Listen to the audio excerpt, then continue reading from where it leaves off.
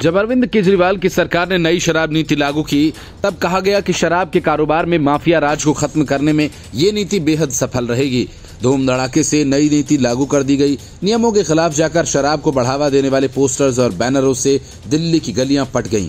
जहां देखो वहीं शराब की नई चमचमाती दुकानें और खरीदने वालों की भीड़।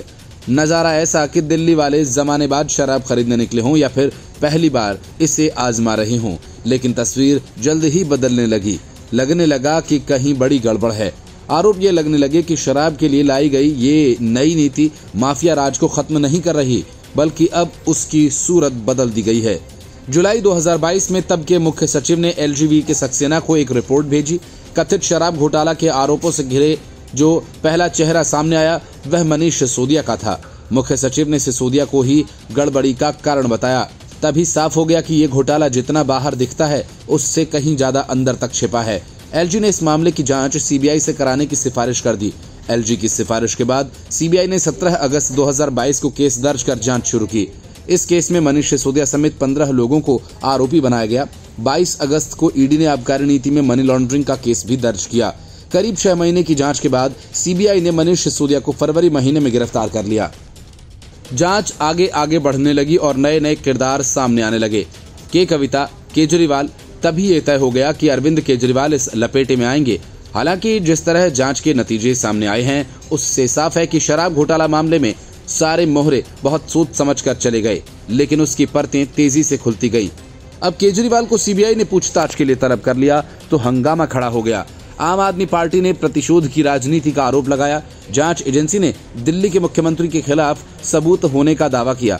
सीबीआई का कहना है कि सबूत के आधार पर ही समन जारी किया गया। प्रवर्तन निदेशालय की तरफ से हाल ही में दायर चार्जशीट के अनुसार अरविंद केजरीवाल ने शराब कारोबारी और आबकारी नीति घोटाले के मुख्य आरोपी समीर महेंद्रू से फेस टाइम पर बात की थी।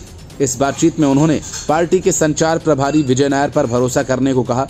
ईडी का कहना है कि पिछले साल 12 नवंबर और 15 नवंबर को पूछताछ के दौरान समीर महेंद्रू ने अधिकारियों को बताया था कि विजय नायर ने अरविंद केजरीवाल के साथ उनकी मुलाकात तय की थी, लेकिन बात बनी नहीं।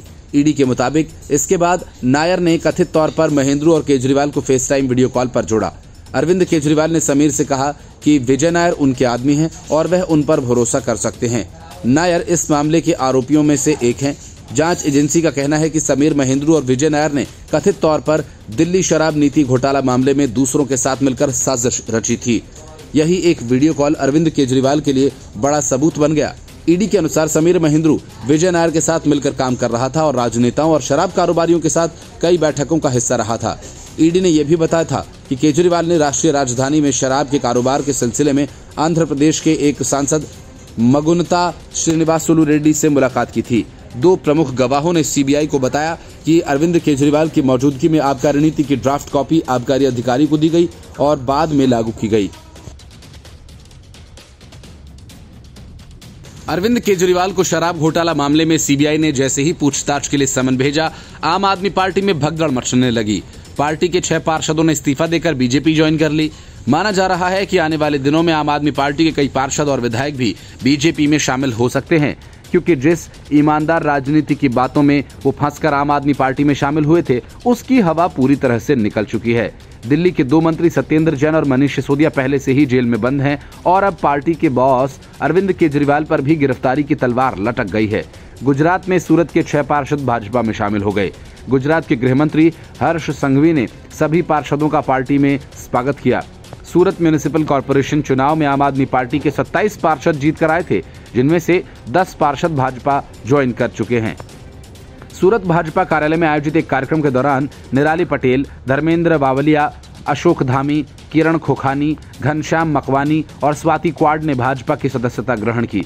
इसके पहले आम आदमी पार्टी के 4 पार्षद रीता खैनी, ज्योति लाठिया, भावना सोलंकी और विपुल मोवालिया ने पार्टी की सदस्यता से इस्तीफा देकर भाजपा ज्वाइन की।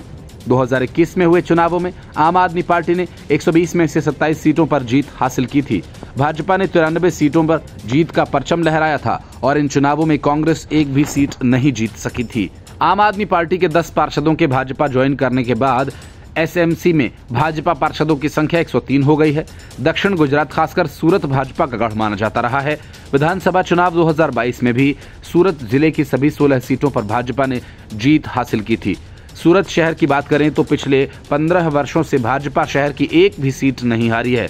हालांकि 2021 में 27 पार्षद जिताने के बाद आम आदमी पार्टी को सूरत से काफी उम्मीदें थीं, लेकिन 2022 के विधानसभा चुनाव में आम आदमी पार्टी का एक भी उम्मीदवार कामयाब नहीं हो सका। यहां तक कि आम आदमी पार्टी के प्रदेश अध्यक्ष गोपाल इटालिया को भी कटारगाम विधानसभा सीट पर हार का सामना करना पड़ा था। गुजरात विधानसभा चुनावों में भाजपा ने इस बार बड़ा रिकॉर्ड बनाया। 182 विधानसभा सीटों वाले गुजरात में भाजपा के 156 प्रत्याशी विजयी रहे। आज तक गुजरात के इतिहास में इतनी बड़ी जीत किसी भी पार्टी को नहीं मिली थी।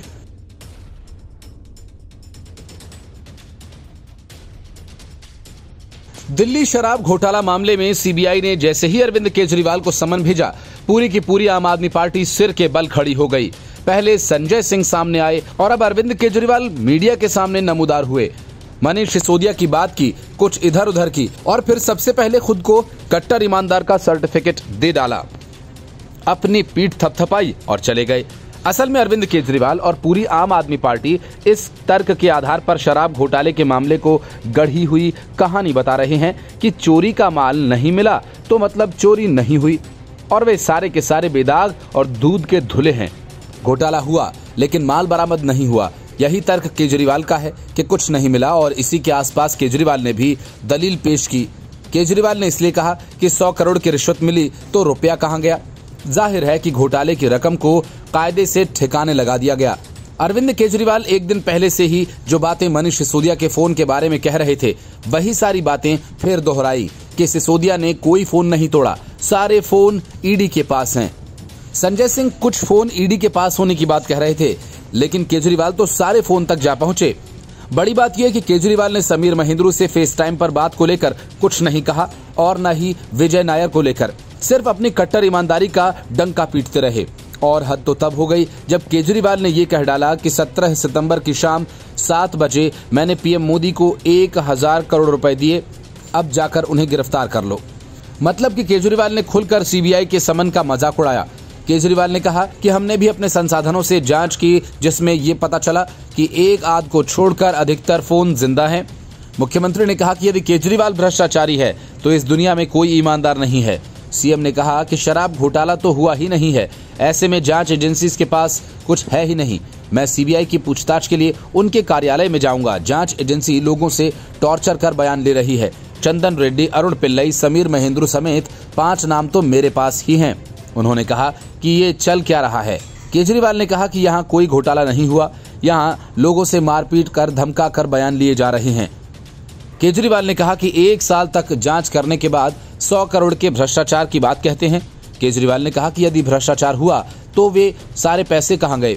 उन्होंने कहा कि 100 करोड़ में 1 पैसा भी नहीं मिला।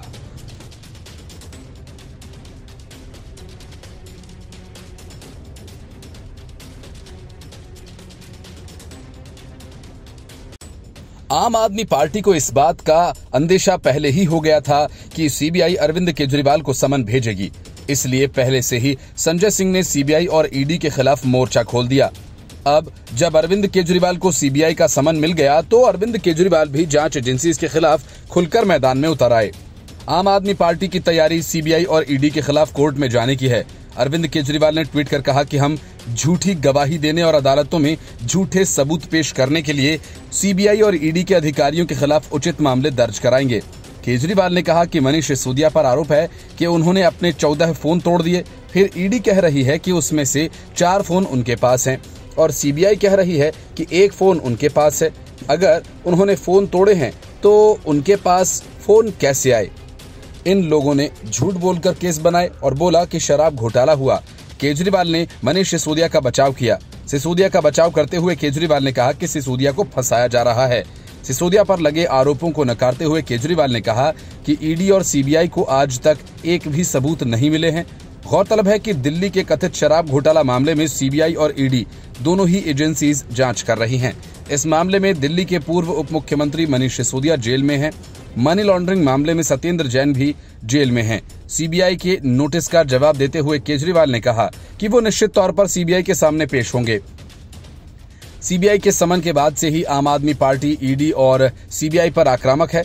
अब केजरीवाल ने ट्वीट कर कहा कि वो सीबीआई और ईडी के अधिकारियों के खिलाफ झूठी गवाही देने और कोर्ट में झूठे सबूत पेश करने के आरोप में केस दर्ज कराएंगे। शराब घोटाला मामले की जांच की आंच अब दिल्ली के मुख्यमंत्री अरविंद केजरीवाल तक पहुंच गई है। न भ्रष्टाचार को राजनीति से खत्म करने के उद्देश्य के साथ बनी आम आदमी पार्टी खुद भ्रष्टाचार के खेल में फंस गई है। एक के बाद एक घोटाले हैं और नेताओं की गिरफ्तारी के बाद पार्टी पर सवाल उठने लगे हैं। पार्टी की साख बचाने के लिए केजरीवाल मीडिया के सामने चाहे जितनी दलीलें दे दें, लेकिन हकीकत यह है कि दिल्ली हाईकोर्ट ने सत्येंद्र जैन को मनी लॉन्ड्रिंग मामले का कर्ता धर्ता करार दिया, जमानत देने से इनकार कर दिया और मनीष सिसोदिया को शराब घोटाले का मास्टरमाइंड बताते हुए कोर्ट ने जमानत नहीं दी। इसलिए केजरीवाल मीडिया के सामने चाहे जो फैसला सुना दें, जो तर्क दे दें, आखिर में उसे कोर्ट के सामने साबित करना होगा और केजरीवाल यही काम नहीं कर पा रहे हैं और यही वजह है शराब घोटाले के मकड़जाल में वे खुद फंसे हैं और माना जा रहा है कि आने वाले दिनों में आम आदमी पार्टी के और कई नेता इस मामले में पकड़े जा सकते हैं। आम आदमी पार्टी पर आई आपदा में कांग्रेस ने अवसर तलाश लिया और मल्लिकार्जुन खड़गे ने अरविंद केजरीवाल को फोन घुमा दिया। ये बात और है कि दिल्ली कांग्रेस के सुर शराब घोटाला को लेकर बीजेपी से मेल खाते हैं और उसके भी निशाने पर अरविंद केजरीवाल रहे हैं। लेकिन लोकसभा चुनाव और गठबंधन की मजबूरी तेजस्वी यादव से सीबीआई की पूछताछ पर नीतीश कुमार ने चुप्पी साध ली थी।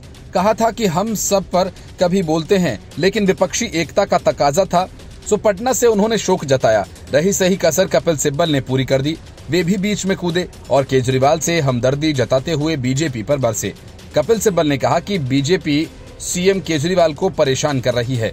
कपिल सिब्बल ने कहा कि सभी राजनीतिक दलों को इसके खिलाफ बोलना चाहिए।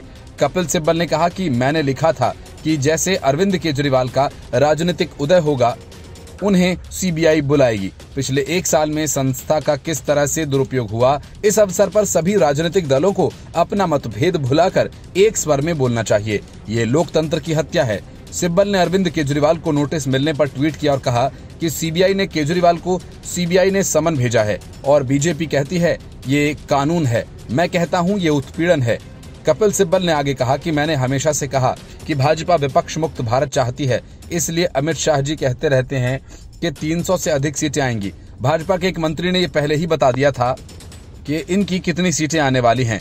इनको पहले ही पता होता है कि इनकी कितनी सीटें आएंगी। इस पर चुनाव आयोग और न्यायालय को सोचना चाहिए। दिल्ली शराब घोटाला मामले में सीबीआई ने दिल्ली के मुख्यमंत्री अरविंद केजरीवाल को शुक्रवार को समन भेजा था। सीबीआई ने केजरीवाल को 16 अप्रैल को सुबह 11 बजे पूछताछ के लिए बुलाया है। केजरीवाल को समन मिलने के बाद आम आदमी पार्टी के नेता संजय सिंह ने प्रेस कॉन्फ्रेंस कर कहा था कि अरविंद केजरीवाल के खिलाफ साजिश रची गई है। साजिश से अरविंद केजरीवाल की आवाज को नहीं दबा पाएंगे। 16 अप्रैल को केजरीवाल को गिरफ्तार करने की साजिश रची गई। केजरीवाल को नोटिस से धमकाने की कोशिश की गई है। भ्रष्टाचार के खिलाफ लड़ाई जारी रहेगी। संजय सिंह ने कहा कि मुझे पता है कि अगला नंबर केजरीवाल का है। केजरीवाल ने देश को शिक्षा और स्वास्थ्य का मॉडल दिया। एक नोटिस पर केजरीवाल की लड़ाई रुकने वाली नहीं है। अरविंद केजरीवाल नहीं चाहते कि दूध का दूध और शराब का शराब हो, इसलिए वे मीडिया के सामने आए, सीबीआई और ईडी को धमकाया, फिर धुआंधार झूठ बोलकर चले गए। ईडी ने राउज एवेन्यू कोर्ट को बताया था कि डिजिटल सबूत मिटाने के लिए सिसोदिया सहित तमाम आरोपियों ने करीब 1 करोड़ 38 लाख के फोन बदले। मनीष सिसोदिया के पास 4 फोन थे, जिसमें से 1 फोन जांच एजेंसी को दिया और 3 नष्ट कर दिए। लेकिन इन सारे तथ्यों को भूलकर केजरीवाल कुछ दूसरी ही कहानी मीडिया को सुनाकर चले गए। इसी वजह से केंद्रीय मंत्री किरेन रिजिजू ने केजरीवाल के खिलाफ मोर्चा खोला और ट्वीट कर कहा कि अगर कोर्ट भी आपके खिलाफ गई तो क्या कोर्ट के खिलाफ आप कोर्ट जाओगे। अरविंद केजरीवाल ने एक ट्वीट किया जिसमें उन्होंने लिखा कि हम झूठी गवाही देने और अदालतों में झूठे सबूत पेश करने के लिए सीबीआई और ईडी के अधिकारियों के खिलाफ केस दर्ज करेंगे। इस ट्वीट पर जवाब देते हुए किरेन रिजिजू ने लिखा, ये उल्लेख करना भूल गए कि यदि माननीय अदालत ने आपको दोषी ठहराया तो आप उसके खिलाफ भी मामला दायर करेंगे। कानून को अपना काम करने दें और हमें कानून में विश्वास करना चाहिए। इसके पहले गौरव भाटिया ने अरविंद केजरीवाल पर बड़ा हमला बोला। उन्होंने कहा कि जैसे ही अरविंद केजरीवाल को सीबीआई ने पूछताछ के लिए बुलाया, जाहिर तौर पर वे डर से कांपने लगे। ये बिल्कुल स्पष्ट है, अरविंद केजरीवाल शराब घोटाला के सरगना है। बीजेपी प्रवक्ता गौरव भाटिया ने कहा कि अरविंद केजरीवाल जी, अगर आपको किसी बात का डर नहीं है तो दूध का दूध और शराब का शराब हो जाने दीजिए। जो सवाल पूछे जाएंगे उनका उत्तर दे दीजिए। अगर आपके ही मापदंड आपके ऊपर लगाएं तो एक पॉलीग्राफी टेस्ट ले लीजिए, लाइट डिटेक्टर टेस्ट ले लीजिए, सब स्पष्ट हो जाएगा। लेकिन ऐसा आप करेंगे नहीं, क्योंकि अंदर से आप डरे हुए हैं, घबराए हुए हैं। गौरव भाटिया ने कहा कि मनीष सिसोदिया इतने भोले हैं नहीं जितना बताया जा रहा है। इनके पास 4 मोबाइल फोन थे। जब जांच अधिकारियों ने जांच के लिए फोन मांगा तो 1 दे दिया, बाकी 3 नष्ट कर दिए। क्यों? क्या इनको ये लग रहा था कि अरविंद केजरीवाल की भी गर्दन पकड़ी जाएगी, इसलिए नष्ट कर दिए? जनता को इसका जवाब आपको देना ही होगा। इनको गुमान है कि ये कानून से ऊपर हैं, लेकिन हमें यकीन है कि कानून का हाथ इनकी गर्दन तक पहुंचेगा। गौरव भाटिया ने दिल्ली के सीएम अरविंद केजरीवाल से कुछ सवाल पूछे। उन्होंने कहा कि आप जनता को ये बताइए कि शराब कारोबारियों से आपका रिश्ता क्या है? आपकी शराब नीति इतनी अच्छी थी तो इसे वापस क्यों लिया?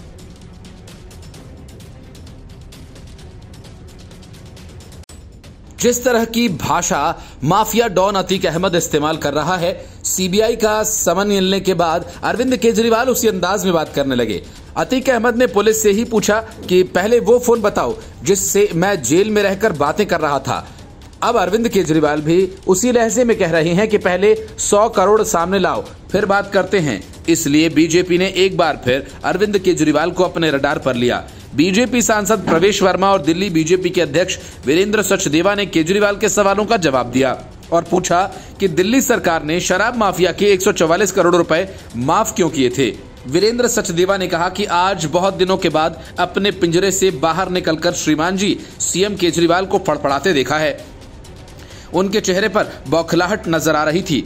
भाषा का स्तर बिगड़ गया है अरविंद केजरीवाल जी का कि वो आज अतीक अहमद की भाषा बोल रहे थे। पहले 100 करोड़ लाओ, फिर बताऊंगा कि कहां लूट की। मुद्दे की बात नहीं करते। वो शराब पॉलिसी अच्छी थी। हम पूछते हैं कि अगर ये पॉलिसी ठीक थी तो जैसे जांच शुरू हुई तो पॉलिसी वापस क्यों ले ली? शराब माफिया के 144 करोड़ माफ क्यों कर दिए? वीरेंद्र सचदेवा ने कहा कि समीर महेंद्रू को मेरे आदमी ने कहा कि विजय नायर किस हैसियत से मंत्री कैलाश गहलोत के घर रह रहे थे?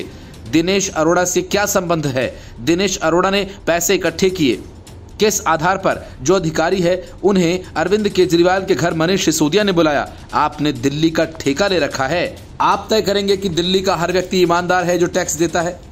आपकी तरह पैसा नहीं खाया, सिर्फ जांच एजेंसीज के नोटिस से घबरा गए हैं। अभी सिर्फ बुलाया है। उन्होंने कहा कि बड़ी बात नहीं है, कल राजघाट पर कसम खाएं। दिल्ली की जनता ने संघर्ष किया है शराब पॉलिसी के लिए। अगर आप दोषी नहीं हैं तो घबराहट क्यों है? रोज हमारे 100 कार्यकर्ता यही सवाल पूछेंगे अरविंद केजरीवाल से। दिल्ली के मुख्यमंत्री अरविंद केजरीवाल ने प्रेस कॉन्फ्रेंस कर बताया कि उन्हें सीबीआई से समन मिला है। उन्होंने कहा कि पिछले लगभग 1 साल से बीजेपी चिल्ला चिल्ला कर कह रही है कि दिल्ली में कोई शराब घोटाला हो गया। जो भी सबसे बड़ी से बड़ी जांच एजेंसियां हैं वो अपना सारा काम धंधा छोड़कर शराब घोटाला मामले की जांच में लगी हुई हैं। मैं समझता हूं कि अब तक तो उनको शराब घोटाला के बारे में सब कुछ मिल ही गया होगा, सारा पैसा मिल गया होगा। इसके पहले केजरीवाल ने कहा कि सीबीआई और ईडी ने झूठ बोलकर मनीष सिसोदिया को फंसाने की कोशिश की और कोर्ट को गुमराह किया। उन्होंने कहा कि शराब घोटाला कुछ है ही नहीं। इसी के साथ सीएम केजरीवाल ने प्रधानमंत्री मोदी पर जमकर निशाना साधा। उन्होंने कहा कि आज मैं इस प्रेस कॉन्फ्रेंस में कह रहा हूं कि 17 सितंबर को शाम को 7 बजे मैंने नरेंद्र मोदी को 1000 करोड़ रुपए दिए थे। कर लो गिरफ्तार उनको। ऐसे तो कोई भी इस देश में खड़ा होकर कुछ भी कह देगा। गिरफ्तार करोगे इस आधार पर नरेंद्र मोदी को? मेरे पास कोई सबूत तो हो कहने का। केजरीवाल ने कहा कि यह पॉलिसी इतनी शानदार थी कि भ्रष्टाचार खत्म कर देती पूरे सेक्टर में। केजरीवाल ने कहा कि मुद्दा भ्रष्टाचार की जांच है ही नहीं, मुद्दा शराब घोटाला है ही नहीं। ऐसा शख्स देश का प्रधानमंत्री जो सिर से लेकर पैर तक भ्रष्टाचार के अंदर डूबा हुआ है, उसके लिए भ्रष्टाचार मुद्दा कैसे हो सकता है?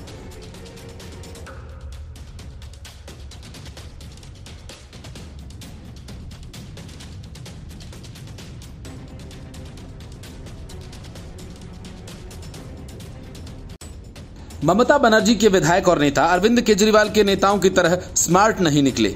मनीष सिसोदिया और शराब घोटाला में शामिल सभी आरोपियों ने डिजिटल सबूत गायब करने के लिए 1 करोड़ 40 लाख रुपए के 100 से ज्यादा मोबाइल बदल डाले, लेकिन टीएमसी के विधायक ऐसा करने में नाकाम रहे और पकड़े गए।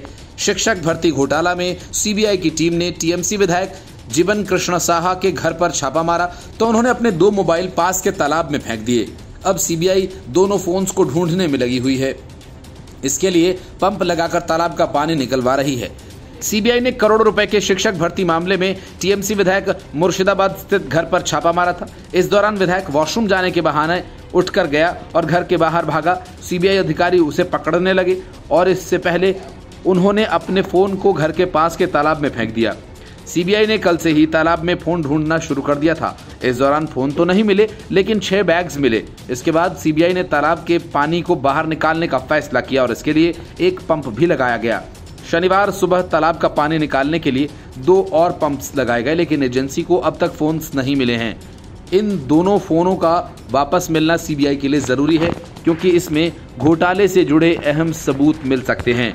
छापे में सीबीआई ने कई आपत्तिजनक डॉक्यूमेंट्स जब्त किए हैं। इनमें अलग अलग स्तर की कई लिखित परीक्षाओं के एडमिट कार्ड्स शामिल हैं। सूत्रों के मुताबिक एक डायरी भी मिली है, जिसमें घोटाले के दौरान इकट्ठा किए गए रुपयों का जिक्र हो सकता है। सीबीआई को टीएमसी से निकाले जा चुके युवा नेता कुंतल घोष से पूछताछ में कौशिक घोष नाम के एक एजेंट के बारे में पता चला था। कौशिक मुर्शिदाबाद जिले में ऐसे लोगों को ढूंढता था जो सरकारी टीचर बनने की एवज में भारी रिश्वत दे सकें। कौशिक से ही सीबीआई को पता चला कि इस मामले में जीवन साहब भी शामिल हैं। Bureau report, news of India.